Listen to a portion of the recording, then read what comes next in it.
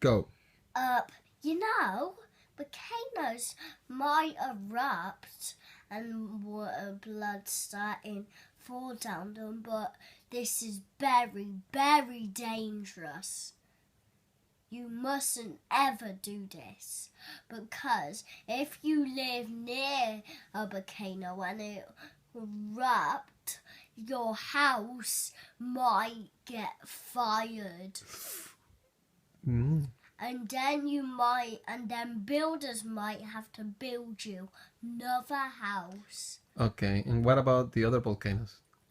But other volcanoes other volcanoes might have snow on them.